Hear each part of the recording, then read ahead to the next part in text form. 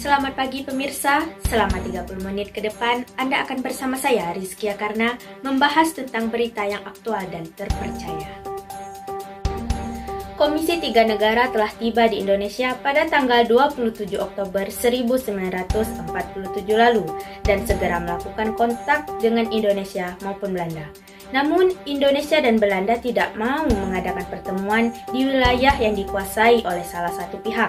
Oleh karena itu, Amerika Serikat menawarkan untuk mengadakan pertemuan di geladak kapal Renville milik Amerika Serikat. Indonesia dan Belanda kemudian menerima tawaran Amerika Serikat.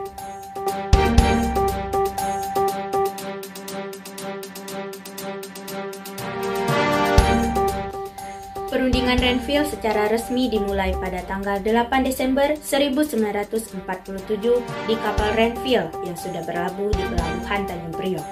Delegasi Indonesia didampingi oleh Amir Syarifuddin, sedangkan delegasi Belanda dipimpin oleh Raden Abdul Qadir Widjojoatmojo, orang Indonesia yang memihak Belanda.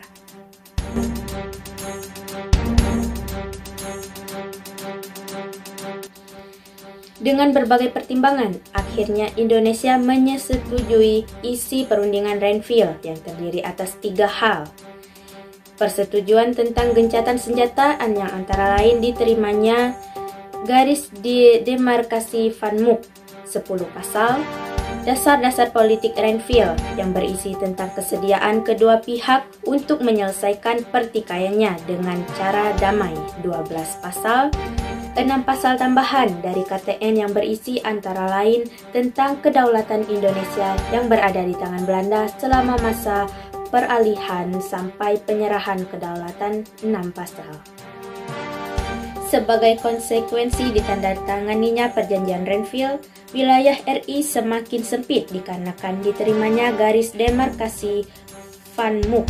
Berdasarkan garis demarkasi Van Mook itu, wilayah Republik Indonesia tinggal meliputi Yogyakarta dan sebagian Jawa Timur. Dampak lainnya adalah anggota TNI yang masih berada di daerah-daerah kantong yang dikuasai Belanda harus ditarik masuk ke wilayah RI di sekitar Yogyakarta. Namun, isi perjanjian Renville mendapat tantangan sehingga muncul mosi tidak percaya terhadap kabinet Amir Syarifuddin dan pada tanggal 23 Januari 1948, Amir menyerahkan kembali mandatnya kepada Presiden.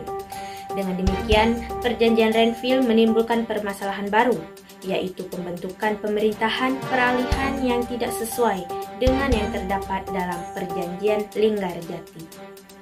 Informasi tadi menutup jumpa kita pada kali ini. Saya Rizkia Karna pamit undur diri dan sampai jumpa.